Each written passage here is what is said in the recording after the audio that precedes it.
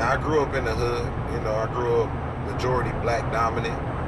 We had the nicest things, the nicest this, the nicest that. And I always felt like we was always left out. I went to other schools. I traveled around Atlanta, up north, south, east, and west. And I seen the greatest of Atlanta. I seen the worst of Atlanta. And I realized that wasn't a place that I wanted to grow up. That's where I wanted to be. I didn't want to be there. I love my friends. I love my family. But as for me and my dreams and my goals, that wasn't where I wanted to be at. I soon realized that football was a way out. Everybody had their own way out. That was my way out. I've been having a vision since I was 13 years old of running through an NFL tunnel. Now, I already saw the ending of my vision, the ending of my journey.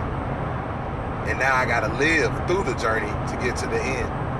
Now, even though I broke my ankle and I hurt myself and I go through this and I go through that, I already know where my journey ends and how it ends. So everything that I go through is temporary. So all the help that people give me or any help that I've received from anybody, just know it's going to come back tenfold. I got a good heart. I make mistakes. I'm a man. I've done things wrong. Got things I'm not proud of, But I've also gave my heart wholeheartedly at most times. And the only time I feel like I hold myself back in anything that I do is if I feel like somebody is not giving me or something is not giving me all that I give it. Now, my passion for football, that just created over a long period of time. I've always had a passion for football. I've always been that one to drive and push myself harder than anybody ever will and ever can. I'm a natural competitor. I'm my biggest critic. And I think that's not a good thing, but I also think that's not a bad thing. I get so down on myself that sometimes I cry. I sit back and I just cry. That's how hard I am. That's how much I want to be great. That's how bad I want it. I feel it. When I broke my ankle last year in minicamp, I promised to God, the whole plane ride home, I must have had tears rolling down my face. Probably one of the saddest, most hurtful things that I've ever experienced. From relationships to everything, that was probably by far the hardest pill to swallow.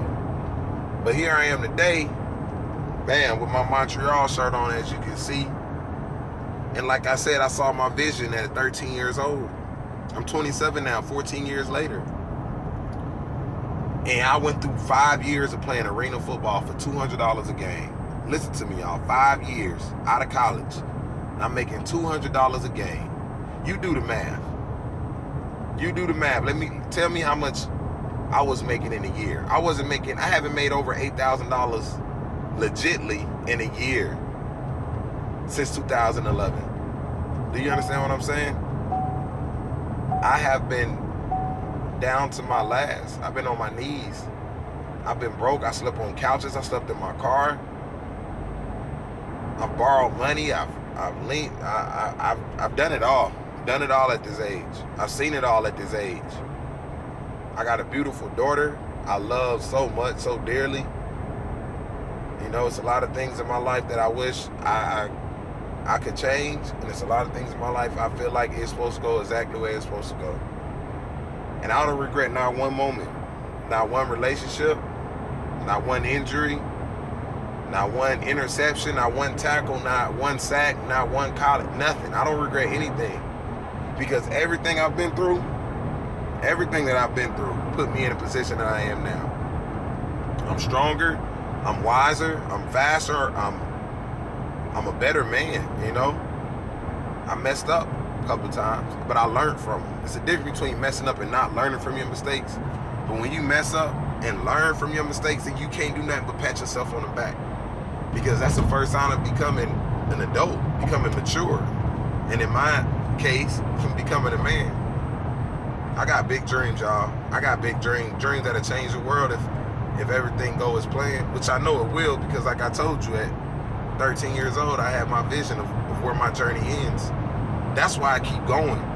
God gave me that vision at 13. That's why I'm still going to this day. Because even though I may get a setback, I know I'm going to come back harder than I ever came back before. Harder, way harder. So I'm going to tell all y'all out there, find your vision. You had your vision before. You know where your journey ends. But a lot of people just feel like, oh, the road just too tough. You can't hold on. Nah, just keep going. Don't worry about the road. It's going to get easier. It's full of turns. It's full of exits. It's full of speed bumps. It's full of road closures. It's full of construction. It's full of everything. The highway is a perfect example of your life. You never know what to expect. You can slam or rush hour traffic, or you can smooth straight through. Any given day. But the whole object is to keep going until you reach your final destination. Until you hear Siri say, you have arrived at your destination. So on my journey, I'm looking to arrive at my destination. And as long as you keep your faith and I keep God first, no weapon formed against me shall prosper at the end of the day. At the end of the day, nothing gonna hold me back from doing what I need to do. Nothing. And I'm doing it for more than just myself. I'm doing it for my family. I'm doing it for my daughter. I'm doing it for everybody that believe in me. I got people that hit me up from college still now saying, man, you know, I always thought you was gonna make it, man. I got people from my hood saying, Joe, don't come back, man. That football, that's your thing. You've been doing this for however long I can remember. Football is my thing. It is. It is my thing. And nobody gonna take it from me at the end of the day. The only person that's gonna take it from me is myself. Because like I told you, at 14 years old, God showed me my vision. He showed me where my journey ends. That's all I gotta say. Be blessed, fam.